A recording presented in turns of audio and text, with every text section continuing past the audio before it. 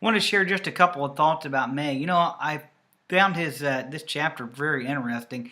It was interesting to me. He said, everybody wants love, and everybody really is hungry for God, and that's what they're trying to get to. But the problem was that these addictions keep getting in our way, that we repress our love for God, or that, and that's not such a problem, but addiction is really the thing that destroys us and keeps us from getting to God. And he said, every single human being struggles with addiction.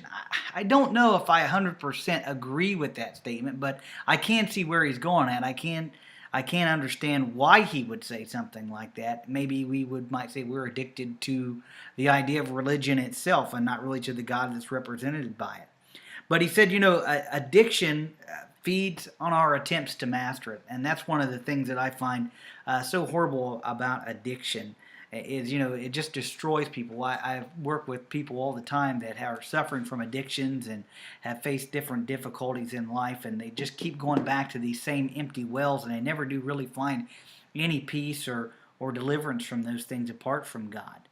But, addiction, he said, is also the very thing that prepares us for grace and for the perfect love of God. That is the thing that gets us there. And he said, the way that it gets us there is we've got to get to this place where we're willing to accept the fact that we need grace, that we can't do it on our own, that we'll handle things on our own as long as we can do so on our own. As long as we don't need God, we'll just handle it on our own. We won't have any need for grace or any concern about grace.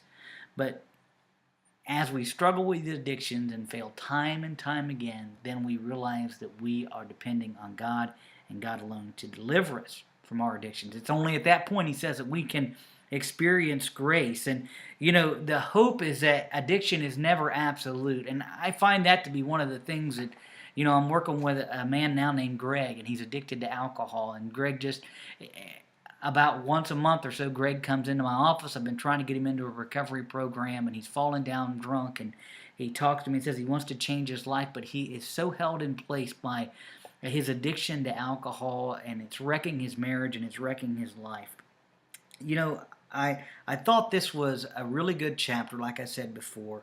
And as I think about my initial thoughts about delivery and recovery, I didn't come up in a church where this was a thing. We believed that you went to the altar and things were solved there at the altar, and that was the end of it.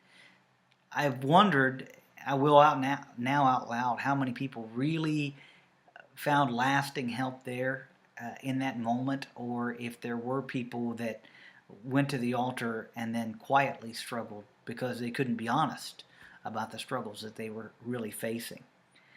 I think recovery is an important part of spiritual formation. That we've got to realize that there are times in our life when we're going to need the help of God, when we're going to struggle some, and it's in those moments that we get to that place where we can really truly be delivered. And when I think about deliverance, I think about the message of holiness. I think about the perfect love of God really setting us free.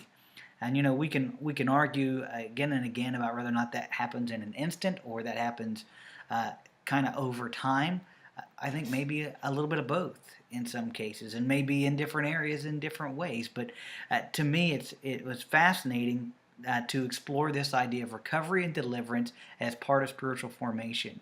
I think it absolutely is something that, if we're going to have a holistic model for ourselves and for other people, that we have to consider. Thanks a lot for the time to watch the video. Catch you later.